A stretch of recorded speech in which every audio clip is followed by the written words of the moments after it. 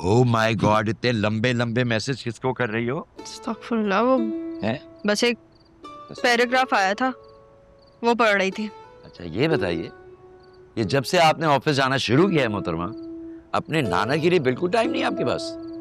क्या हो गया, कैसी बातें कर रहे हैं आप? मैं इसलिए कह रहा हूँ, कल कल को मैं मरा गया ना तो किससे करोगी कुछ नहीं बातें? होना आपको। नाराज हैं आप मुझसे? हाँ, क्यों भाई? जब से ऑफिस जाना शुरू किया है तुमने मुझे वक्त देना बिल्कुल छोड़ दिया है। मुझे बात करनी है तुमसे। सॉरी सॉरी, ये ले देखें, कान पकड़ लिया मैंने, अब माफ कर दें। अबे कान छोड़ो मेरे हर वक्त। खैर मुझे बात करनी है तुमसे। मुझे भी आपसे एक बात पूछनी है। यानी बात मैं करने के लिए आया हूँ, मगर तुम कर लो पहले, चलो करो। आप ऑफिस क्यों नहीं जा रहे हैं आजकल, हैं?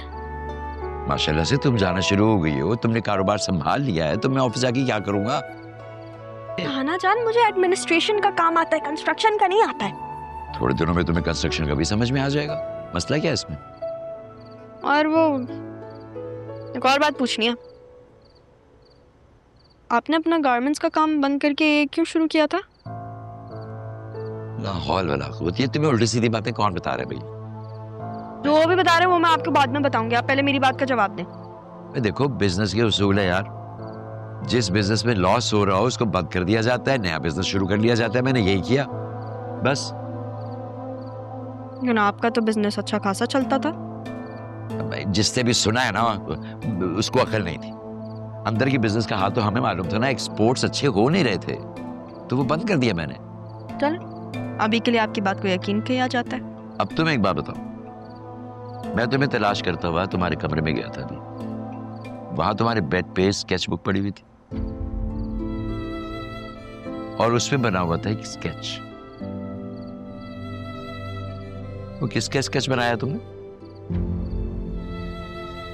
मैंने कभी अपनी माँ को देखा तो नहीं, लेकिन पता नहीं, जब उनको सोचती हूँ तो कुछ ऐसा आता है दिमाग में। अगर मैं एक बात कहूं तो मैं यकीन आएगा? जरूर। जैसे ही मैंने उस स्केच को देखा था मुझे पता लग गया था कि वो तुम्हारी माँ है। हैं? मतलब वो मेरे जैसी दिखती थी? नहीं बेटा, तुम्हारे जैसे दिखती तो नहीं थी, मगर वो एक्सप्रेशन ऐसे ही था। बहुत डरपोक थी तुम्हारी माँ, बुज़दिल थी।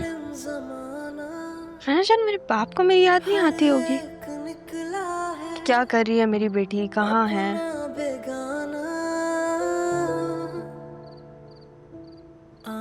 ये आज तुम्हें सारे ऐसे ख्यालात क्यों आ रहे हैं? वैसे भी आता है, सोचती हूँ मैं इन बारे में, क्योंकि कभी कहती नहीं हूँ आपसे। बेटे बता दिया करो, क्योंकि मैं अभी जिंदा हूँ।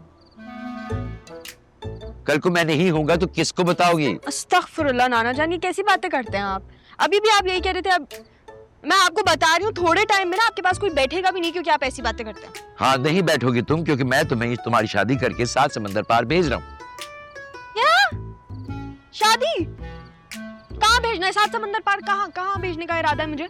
बेटा मैंने तुम्हारे लिए लड़का ढूंढ लिया है, वो बाहर। कौन लड़का? नहीं भाई, मुझे कोई ऐसी बात सुननी ही नहीं है जो आपको मुझसे दूर कर दे। सॉरी। नहीं देखे नाना जान, आपका एक एक हुक्म सर आंखों पर, ये तो मुझे आवाज ही नहीं आ रही, आवाज ही नहीं आ रही मुझे। Hello hello hello hello,